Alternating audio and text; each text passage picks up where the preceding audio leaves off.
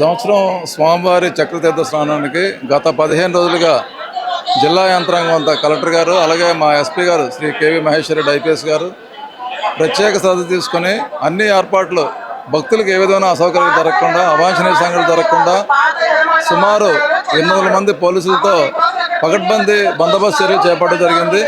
అలాగే జిల్లా యంత్రాంగం కూడాను బ్యారికేడింగ్ కానీ లేదంటే ఈ ఎస్డిఆర్ఎఫ్ డెప్యుటేషన్ కానీ లేదంటే స్విమ్మర్స్ కానీ అదర్ ఏర్పాట్లన్నీ కూడాను భక్తులకు ఏ విధమైన ఇబ్బంది లేకుండా చేయడం జరిగింది. అలాగే ఈ సంవత్సరం ప్రతి సంవత్సరం కన్నా ఎక్కువ భక్తులు వచ్చారు.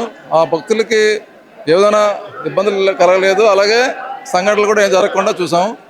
మ్యాక్సిమం మా జిల్లా యంత్రాంగం ఏంటంటే భక్తులకు ఏ విధమైన అసౌకర్యాలు జరగకుండా చూసాం. భక్తులు చాలా అధికంగా వచ్చారమ్మా. గత అన్ని సంవత్సరాల కంటే ఈ సంవత్సరం దాదాపు నాకు తెలిసి 1,00,000 మంది దాకా వచ్చి ఉంటారు. అంత క్రౌడ్ వచ్చినా ఇటు డిస్ట్రిక్ట్ అడ్మినిస్ట్రేషన్ మా ఎస్పీ గారు మహేశ్వర్ రెడ్డి గారు తీసుకున్నటువంటి జాగ్రత్తలు మా జిల్లా పోలీస్ యంత్రాంగం అంతా కూడా చాలా అద్భుతంగా పనిచేశారు. ఇంకా ఈ భక్తులందరూ వెళ్ళేదాకా మాదే బాధ్యత. అందరూ కూడా సేఫ్గా ఇంటికి వెళ్ళాలి. వెళ్ళిన తర్వాతే మాకు ఇక్కడ ఉద్యోగం అయినట్లు లెక్క. దానికోసం అందరూ కూడా సహకరించారు. అన్ని డిపార్ట్మెంట్లు సహకరించినాయి. ముఖ్యంగా మీ మీడియా కూడా చాలా చక్కగా సహకరించింది.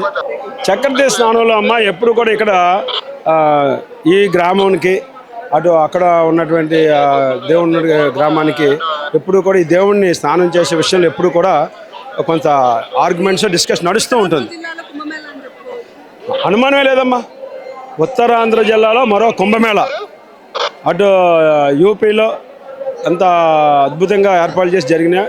మన శ్రీకాకుళం పోలీస్ యంత్రాంగం డిస్ట్రిక్ట్ అడ్మినిస్ట్రేషన్ కూడా ఈరోజు శ్రీకాకుళం ఉత్తరాంధ్ర కుంభమేళా కూడా అంత చక్కగా జరిగిందని మేము గర్వంగా చెప్పగలం.